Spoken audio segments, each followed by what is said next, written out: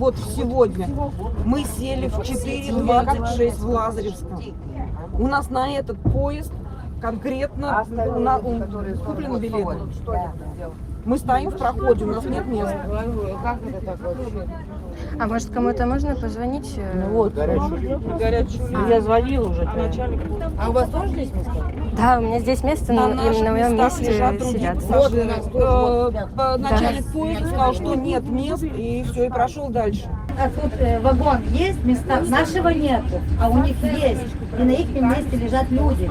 Представляете? Это что за дурдом? Она мне говорит, второе по дисплею. Вы работаете. Сейчас Во всех вагонах такое, во всех.